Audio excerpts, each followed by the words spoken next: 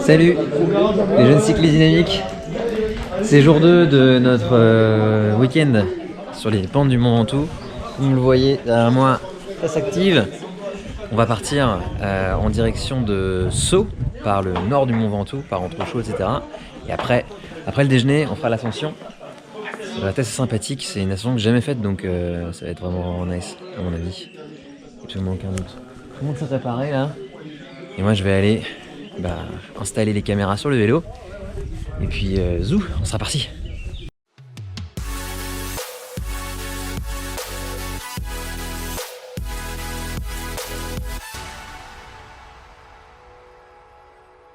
Au matin de ce deuxième jour, nous avions changé d'hébergement, de escapade vacances. Nous nous sommes déplacés avec tous nos petits bagages au Centre international de séjour cycliste de Vaison-la-Romaine, le CISC Ventoux. On a été super bien accueillis avec des petites chouquettes, des petites boissons. La journée commençait bien. Du coup, on va mettre une caméra dans la voiture. Ça va être le feu. Et c'est parti pour une belle balade d'une centaine de kilomètres autour du Mont Ventoux.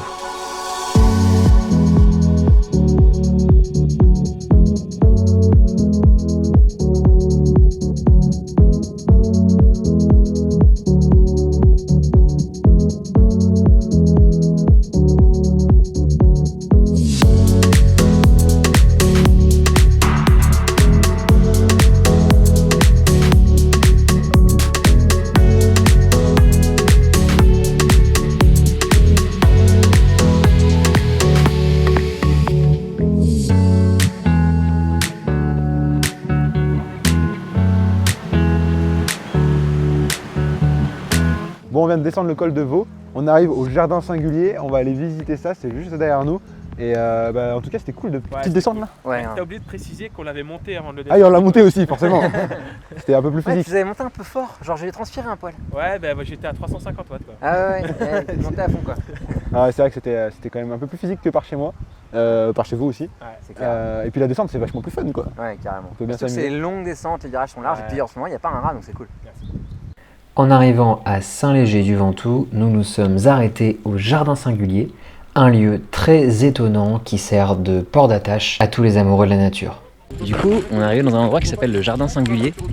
Comme vous pouvez le voir, il y a les petites chèvres, les petits congénères, les chèvres, qui sont juste là. Le Jardin Singulier est situé au milieu d'une région qui est à la croisée de plein de pratiques outdoor, le vélo naturellement, mais aussi l'escalade, la randonnée. C'est un lieu atypique qui est animé par une association qui met à disposition tout plein de choses, un atelier vélo, une petite bibliothèque pour que chacun puisse s'y sentir comme chez soi. Là on va avoir des pains au chocolat, du jus d'orange et de la tisane qui a goût de pastis mais qui n'a pas d'alcool dedans. Moi je suis un gros amateur de Ricard donc là je suis content là. Ouais, voilà, ça a vraiment goût de pastis, hein, c'est effrayant. Ouais. Puis moi on dirait que j'en ai bu tout alors que je bois pas d'alcool. Mais il n'y a pas d'alcool dans ça hein, Quentin. C'est juste chaud, c'est du pastis chaud. Ah ouais, moi, incroyable. On va aussi manger de la pogne. C'est une sorte de gros donut, sauf que c'est sucré, j'ai l'impression, et c'est pas frit, c'est cuit au four. Ça ressemble à ça, c'est un peu de la brioche. Fais goûter. C'est un petit goût de genre fleur d'oranger. Et puis quand même, je voulais vous parler de tout ce qui était sentier qu'on avait.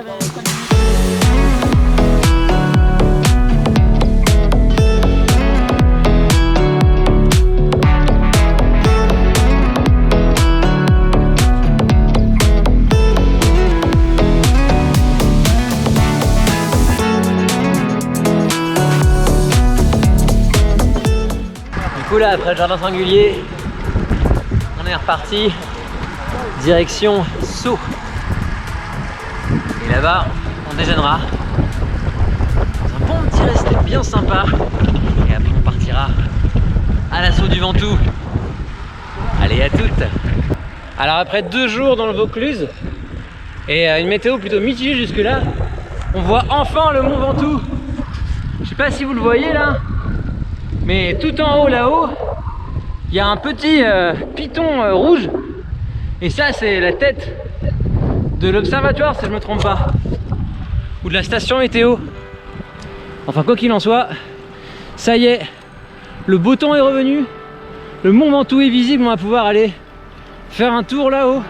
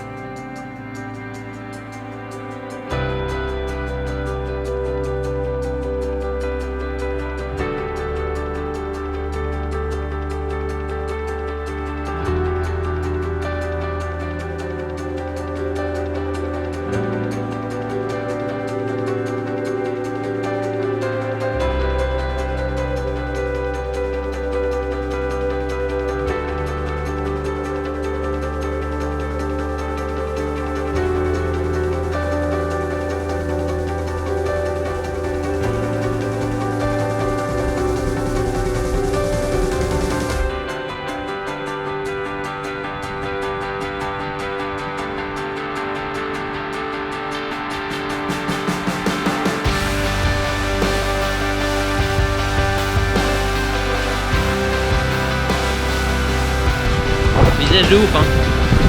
Paysage de ouf. Dingue. Alors, t'en penses quoi de cette région? C'est un petit peu magnifique quand même, c'est vraiment incroyable. L'école, on n'est vraiment pas habitué et c'est vraiment un plaisir de pouvoir monter des côtes qu'on a, tout le monde parle depuis toujours. Et moi, j'ai jamais fait de col de ma vie avant, donc c'est incroyable. Les descentes, plaisir plus, j'ai jamais fait de descente aussi longue de ma vie. Et puis c'est magnifique. Ouais, c'est clair. Franchement, regarde le petit village qui est qui est accroché à la bout de colline là. C'est juste incroyable. Ouais, c'est incroyable. Ah, ma prof, je ratonne tout le temps là sur le plan. Ah, tu raconnes. Ah, je ratonne la note. Et bien, on est arrivé à Sceaux et regardez-moi ces jolis petits chemins. Ces jolies petites routes. Je suis plus dans le cadre. Non. Là c'est bon. Bon, on arrive au Nest. Quentin, hein. Heureusement que je suis là, parce que sinon ils ne seraient jamais arrivés. Ils disaient tous c'était à gauche, c'était à droite. Heureusement que je suis là. Et on a que 15 minutes de retard. Ouais, on est à l'heure. Franchement, pas mal, hein. Et c'est bien sympathique cette petite vue là. C'est incroyable. Ah, là, on a une vue. Enchanté. Bonjour, Nicolas.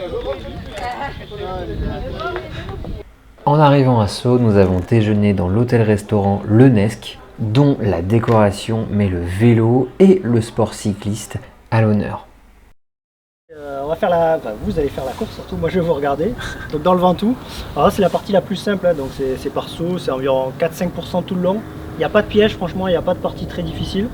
L'arrivée elle sera à Bédouin, donc je pense qu'il y a une bonne quinzaine de kilomètres quand même, donc ça va être quand même, je pense, 45 minutes d'effort à peu près. Donc ça veut dire qu'il faut quand même se gérer, faut penser à manger, à bien boire, parce que vous pouvez vite vous retrouver en fait en fringale ou... C'est dommage. Voilà, donc ça serait dommage, ouais, c'est clair. Je vais essayer de me démerder le mieux possible et de pas être trop ridicule. Voilà. C'est l'ascension la plus facile entre guillemets, ce qui veut dire que j'aurai un peu moins l'avantage d'être un peu plus léger que mes camarades, donc ça sera peut-être un peu plus tactique que ce qu'on pouvait imaginer à l'origine. Mais c'est par là que ça se passe et j'espère que ça va vous faire kiffer. Allez, à toutes.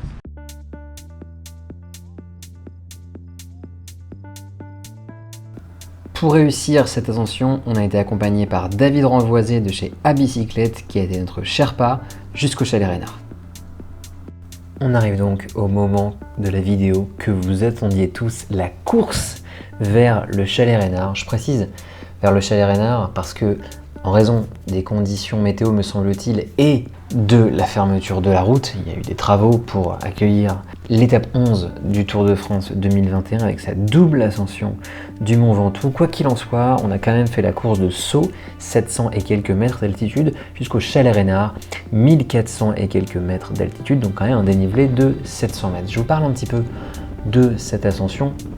Finalement, il s'agit de la face entre guillemets du Ventoux la plus entre guillemets facile, encore une fois, avec pas mal de kilomètres entre 5 et 6%, puis une troisième partie, un dernier tiers qui lui est beaucoup moins pentu avec des pentes entre 1 et 3%. Donc ça voulait dire que beaucoup de choses allaient se décider dans la partie la plus pentue et donc dans les deux premiers tiers. Vous allez voir comment ça va se passer dans la suite de la vidéo. Pour le moment, on est vraiment sur l'approche de l'ascension puisque on n'a encore pas beaucoup de pentes. On passe des relais pour seulement continuer à rouler, pas aller trop loin, etc. Et Quentin, qui cherche à nous faire collaborer, finalement il se met à accélérer pas mal et il se rend compte en ayant un petit écart qu'il peut-être essayait de nous décrocher. Moi quand même, je me dis bon, on va essayer de boucher le trou, mais pas trop non plus, parce que il s'agirait quand même pas de se cramer dès le début. Donc je temporise et je décide finalement de ne pas forcément faire un énorme effort, plutôt essayer de le ramener tranquillement en restant à mon rythme. Ça a vraiment été un des trucs clés, je pense, sur cette ascension, de gérer correctement son effort et de bien se caler à un rythme que l'on peut tenir pendant longtemps, parce qu'on allait y passer un petit peu de temps sur ces pentes du Mont Ventoux. Dans ma tête, je savais que ça allait me prendre à peu près 1 heure. Je me disais voilà, ça va être un effort d'1 heure, cale-toi pour un effort d'1 heure et ça devrait aller. D'où l'importance de ne pas trop réagir aux attaques de Quentin dès le début.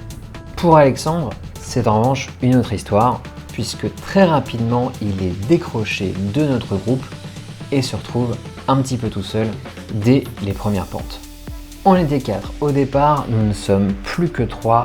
Je suis déjà garanti d'être sur le podium. C'est un adversaire de moins entre moi et la victoire. Donc là, la pente commence un petit peu à s'élever. Je vous mets les images qu'a tourné Quentin, parce qu'on va voir un petit peu ce qui va se passer de son point de vue, et vous allez voir, on reprend un petit peu l'enchaînement des relais tel qu'on l'avait fait avant qu'Alexandre soit lâché, mais vous allez voir, Quentin en fait a tendance à ne pas passer ses relais. Vous allez voir un petit peu, il essaie, je pense, de se reposer au début de l'ascension en essayant de prendre un maximum d'abri. Et vous allez voir, paf, par exemple ici, au lieu de rester derrière moi pour se mettre en seconde position tel qu'il l'aurait dû, il reste derrière David en troisième position, la position qu'il occupait juste avant. Du coup, ce qui veut dire qu'en fait, il nous laisse prendre des relais, David et moi, au lieu d'en prendre lui-même. Tactique intéressante pour économiser de l'énergie. Cela dit, ça trahit quand même une petite note de faiblesse que j'avais remarqué d'ailleurs à ce moment-là. Je me disais, tiens, c'est marrant, Quentin prend pas de relais, c'est peut-être qu'il commence déjà à être cuit ou pendu, j'en sais rien. Mais bon, ça, je me disais dans ma tête, bon, on va soit continuer à prendre des relais pour continuer à le fatiguer et puis qu'il finisse par s'épuiser, ou bien peut-être le forcer à prendre des relais pour qu'il soit forcé à utiliser l'énergie et par conséquent pouvoir se reposer moi-même pendant ce temps. Vous allez voir laquelle des deux tactiques je vais adopter pour la suite de la course. Là, on voit encore une fois que Quentin reste en troisième position. Au lieu de suivre David au moment de sa remontée dans l'enchaînement des relais, il va rester derrière moi pour rester en troisième position. Tactique classique mais efficace. Vous allez voir en revanche que ça va le desservir dans la suite de la course. Vous allez comprendre comment.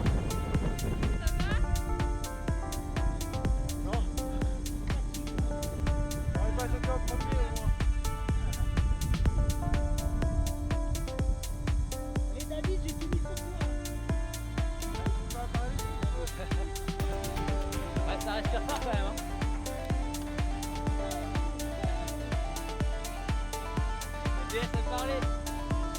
Voyant que Quentin ne passe pas de relais, je vais essayer d'être plus malin que lui et je vais me positionner en troisième position et voir un petit peu comment ça se passe si je laisse Quentin et David prendre des relais à l'avant. Voilà, je me laisse glisser à l'arrière. L'objectif, forcer la collaboration entre Quentin et David, me ménager un peu de temps pour souffler, mais aussi pouvoir les observer de derrière, ça c'est important. Comme ça, je peux savoir un petit peu quand je peux attaquer. Ça me donne aussi un petit peu plus de visibilité et d'avantage tactique. Cet avantage tactique, je vais l'utiliser à ce moment-là. Donc en cherchant à prendre un relais tranquille, je vois que personne ne me suit. En me retournant, et là je me dis, bon, j'ai déjà un écart, j'ai plus qu'à faire le trou en accélérant. Et me voilà parti. Ça y est, j'ai déjà collé un bel écart. Et je me retrouve tout seul à l'avant. Je vous ai parlé tout à l'heure du fait que Quentin allait se retrouver un petit peu pris à son propre piège en restant en troisième position. C'est exactement sur ce genre de moment que justement son choix de rester systématiquement en dernière position lui pose problème. Au moment où j'accélère, il est beaucoup trop loin de l'accélération pour prendre ma roue et pour espérer participer à l'attaque. Vous voyez là, il est vraiment coincé derrière David et il ne peut qu'assister impuissant à mon départ.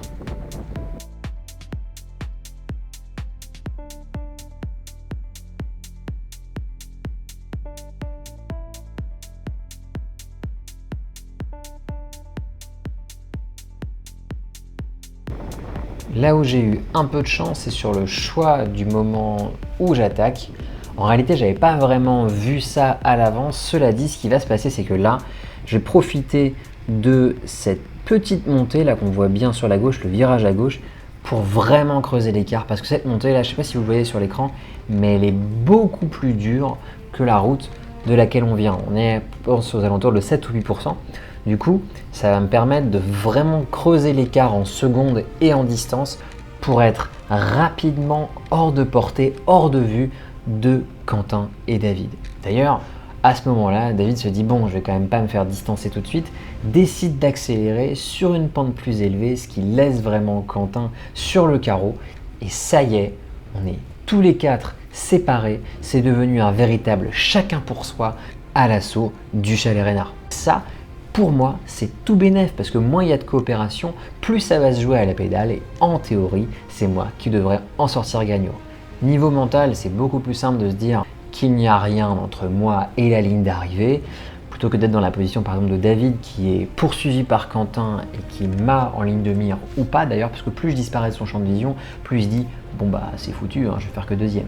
Donc là je suis dans une position plutôt favorable et c'est pour ça que tout ce que j'ai à faire maintenant c'est de gérer mon effort. Je vais vous expliquer comment je l'ai fait dans la suite de la vidéo. Pour gérer son effort finalement sur une bosse comme celle-ci, il y a 3 paramètres à regarder. Il y a la vitesse, donc savoir déjà quelle est la vitesse que je vais devoir atteindre pour pouvoir faire en sorte de maintenir l'écart avec ceux qui me poursuivent. C'est de me voir un petit peu quelle est la vitesse que je peux maintenir. Ensuite, il y a naturellement la puissance que je peux maintenir pour la durée restante de l'ascension. Ça, c'est une question de bien se connaître. Et ensuite, 3e paramètre, il faut regarder la pente. Vous allez avoir besoin, pour avoir la vitesse moyenne la plus élevée possible, d'utiliser plus d'énergie sur les parties les plus pentues pour perdre le moins de vitesse possible. Donc c'est pour ça que je fais varier la puissance. Vous allez voir la puissance passer au-delà des 300 watts parfois quand c'est un peu plus pentu. Je le fais pour maintenir ma vitesse. Du coup, pour vous donner des éléments d'information, à ce moment-là de l'ascension, je savais que 18-20 km/h c'était la bonne vitesse à garder pour pouvoir maintenir l'écart. Je savais également que pour le reste de l'ascension, je pouvais à peu près maintenir environ 290-300 watts, grosso modo à la louche, et que je pouvais accélérer comme maintenant jusqu'à 380 watts environ sur des très courtes durées pour pouvoir maintenir la vitesse dans les parties un peu plus pentues comme ici dans ce virage. Voilà, donc là j'ai mis un peu plus de gaz pour pouvoir maintenir une vitesse un peu plus élevée que si j'étais resté à puissance constante, ce qui me permet de continuer à creuser l'écart ou à le maintenir par rapport à mes poursuivants tout simplement. Après naturellement je relâche un petit peu pour pouvoir me reposer de l'effort et aussi parce que la pente est moins élevée. C'est comme ça que je contrôle la fin de mon ascension en solitaire.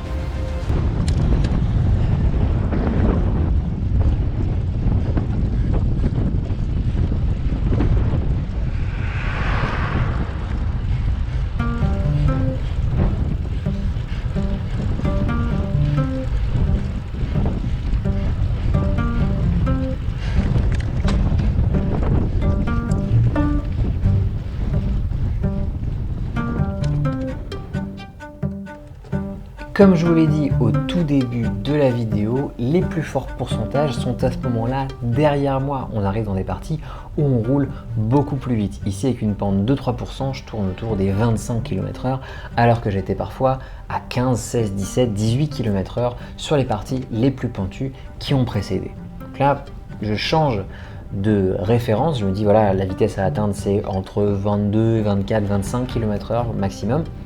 C'est ça que je vise pour pouvoir maintenir ma vitesse et contrôler mon effort. Tout en gardant un œil un petit peu sur la puissance, ne pas trop dépasser les 300 watts, pouvoir relâcher aux alentours des 270, ce qui me permet de maintenir un effort tout à fait supportable à ce moment-là de l'ascension. Là, il me reste environ 150 mètres de dénivelé positif encore à effectuer, mais la pente est vraiment très faible. On est à 2-3% maximum, qui doit être assez, étonnant, assez surprenant pour ceux qui s'attendaient à une ascension difficile. À ce moment-là de l'ascension du Ventoux par saut, la difficulté, elle est plus trop là. Je suis à plus de 20 km/h pour 240 watts. C'est tranquille à ce stade. On est vraiment dans le tranquille, dans le facile. Certes, il faut relancer un petit peu après c'est un virage comme ici, mais ça n'empêche que on est vraiment sur des pourcentages entre guillemets faciles. Mais pas oublier que je suis poursuivi, qu'il ne faut pas s'endormir et du coup, il faut continuer à maintenir l'effort à peu près à la même intensité.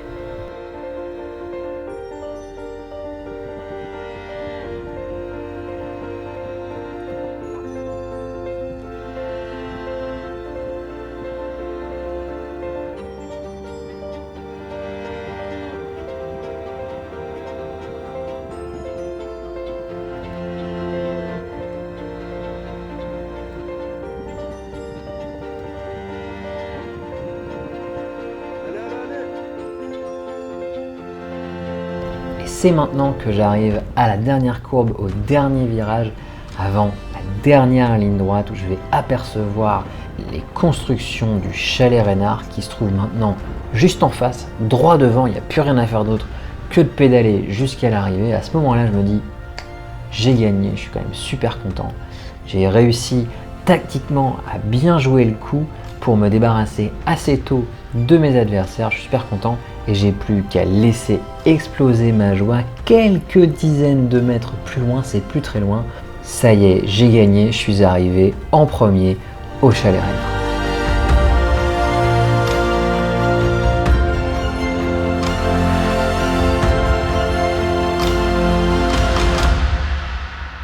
Je suis arrivé en premier. Voilà. On va aller chronométrer, voir combien de temps avance là. Je suis super content d'avoir gagné, franchement ça m'a fait plaisir. La montée est un peu plus dure au début qu'à la fin. Et à la fin on roule à 35 quoi, enfin, c'est un truc de fou. C'est vraiment jouissif d'arriver là et te dire putain tu traces et ça avance et il n'y a rien pour t'arrêter quoi. J'ai vraiment kiffé. Pendant ce temps, Alexandre et Quentin continuent leur ascension, on va les attendre et juste après, on va débriefer ensemble.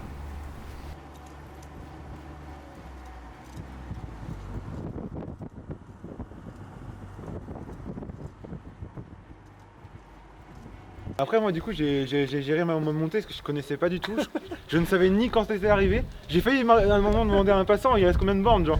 Je ne savais rien. Un passant, il y a personne dans le Mais t'as des bornes sur le côté gauche. Mais non mais j'ai pas vu les bornes. T'as les bornes Quand sur les le côté voitures gauche de- et puis t'as l'altitude. Et comme c'est 1004, tu peux savoir à combien Mais d'altitude. moi justement t'es, je me suis dit c'est con, il n'y a pas les bornes. Bah il y a en fait à gauche. Et moi, à un moment, en fait, j'avais pas capté que c'était l'arrivée. Moi, j'étais là, je dis ok, je reste à 280, je vais faire le final fort. Et à un moment, je vois le chalet, je fais merde. Ouais mais moi aussi c'est pareil. À la fin et voilà, on est sur les dernières pentes du Mont Ventoux avec la caillasse comme l'été dernier. Hop, malheureusement le sommet est fermé, alors on va devoir s'arrêter. En même temps c'est pas plus mal parce qu'il commence à avoir beaucoup de vent, il fait froid comme en hiver, on a l'impression que j'ai les joues qui gèlent en fait. Il doit faire 1 degré voire moins et c'est vraiment très étonnant parce que il y a le soleil comme en été, mais on se les pèle comme en plein hiver. C'est vraiment... j'ai jamais été autant en dissonance. C'est chelou.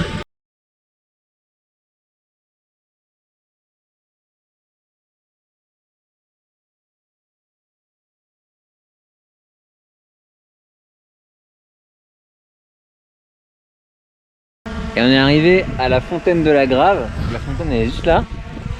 Et la route est barrée, donc on est vraiment allé au plus haut qu'on pouvait. On doit être à 1500 mètres d'altitude environ. On voit, je crois, on voit pas malheureusement. On a vu à un moment donné le sommet, le haut du Ventoux. On va redescendre par Bédouin. C'est une descente qui est un peu technique et super sympa. Vraiment, on reprend pas mal de plaisir, on fera bien attention naturellement. Et puis après, retour à la maison. Allez, à toutes.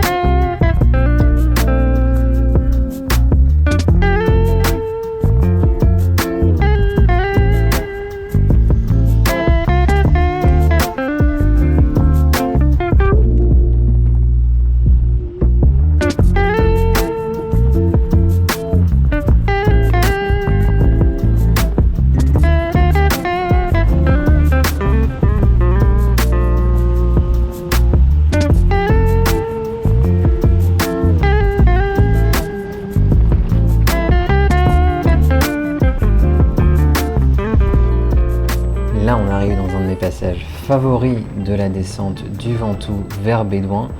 Vous allez voir, moi, je prends pas de risque.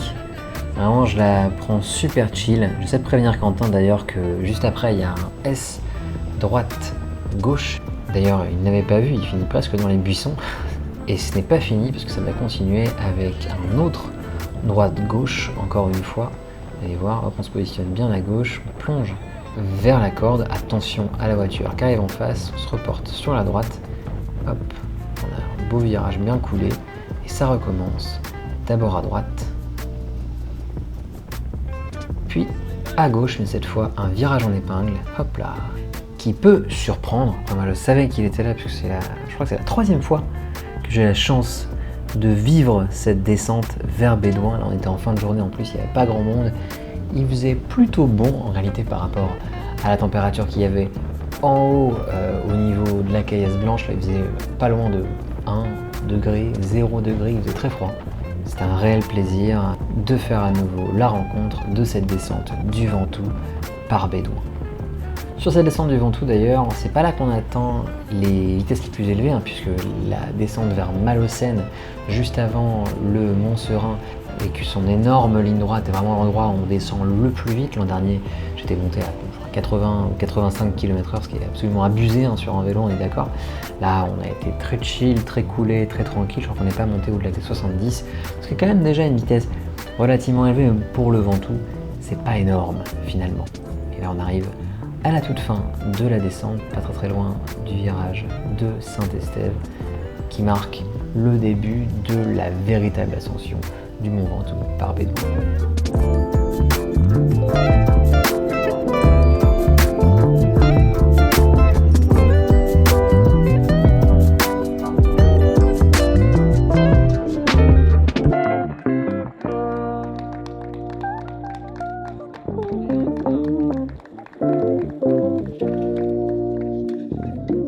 Et nous sommes de retour au CISC, le Centre International de Séjour Cycliste de Vaison-la-Romaine. C'est un plaisir de passer cette journée avec Alexandre et Quentin sur les routes du Vaucluse, sur les pentes du Mont Ventoux. Ce magnifique voyage vous réserve d'autres surprises puisqu'il y aura un 3e épisode à venir très prochainement sur la chaîne. J'espère que cette vidéo vous a plu. D'ici à ce qu'on se recroise ici, ailleurs ou sur les réseaux, je vous dis comme d'habitude, allez, ciao. Regarde ta mamie là,